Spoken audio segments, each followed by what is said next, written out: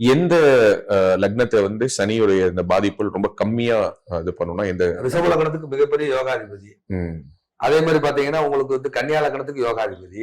So சனி தசை பொழுது இந்த ரிஷப லக்னம் கன்னி லக்னம் உள்ளவங்க எல்லாம் வந்து மிகப்பெரிய உச்சத்தை தொடுவாங்க. அவங்க சனி எங்க இருக்காருங்கிற விஷயம் சொல்ல முடியும். அவர் கெட்டு போயிருக்காரா நல்லா இருக்காரான்னு. இப்ப மேச லக்னத்துக்கு சனி கெட்டவர், ஆனா சனி மேசத்துல நீச்சம் ஆயிடுவாரு. மேசத்துல நீச்சமானா அவருக்கு பெரிய யோகம் செய்யும். லக்கணம் பாவி வீடாகி பாவி கெட்டால் யோகம், பாவி கெட்டு போனா யோகம். இப்ப நான் ரிஷப லக்னம், எனக்கு எட்டுக்கூடிய ஒரு குரு தோஷம் வேலையே செய்யக்கூடாது. குரு தோஷம் வந்ததுக்கு தான் நான் இப்ப வெளியிலேயே வந்தேன், வெளி உலகத்துக்கு வந்தேன். அதற்கு என்ன யாருக்கும் தெரியாது. குரு தோஷம் வந்ததுக்கு அதனால இது யாரு யோகர் யாரு நன்மையை செய்ய முடியாதுன்னு சொல்ல முடியாது. தசாபுத்திங்கிறது உங்க நட்சத்திரத்தை அடிப்படையில வரும். இப்ப இன்னைக்கு நீங்க என்ன நட்சத்திரம்? நீங்க மகரம், அவிட்டம். அவிட்ட நட்சத்திரம் கும்பமா மகரம்? மகரம். மகர ராசி. அப்ப சந்திரன் வந்து 2.25 நாளைக்கு ஒருக்க டிராவல் பண்ணுவார்.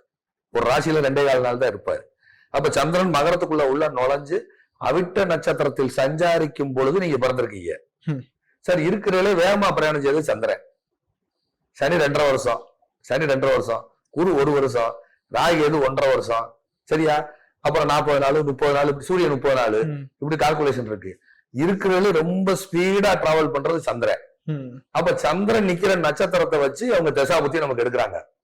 புரியுதா? அப்ப சந்திரன் வந்து அவிட்ட நட்சத்திரத்தில் சஞ்சாரம் செய்யும் பொழுது நீங்க பிறந்திருக்கீங்க. இந்த அவிட்ட நட்சத்திரத்துக்கு அதிபதி யாரு? செவ்வாய். அப்ப பிறக்கும் போது செவ்வாய் திசை வந்திருக்கும். அவ்வளவுதான் மேட்டர்.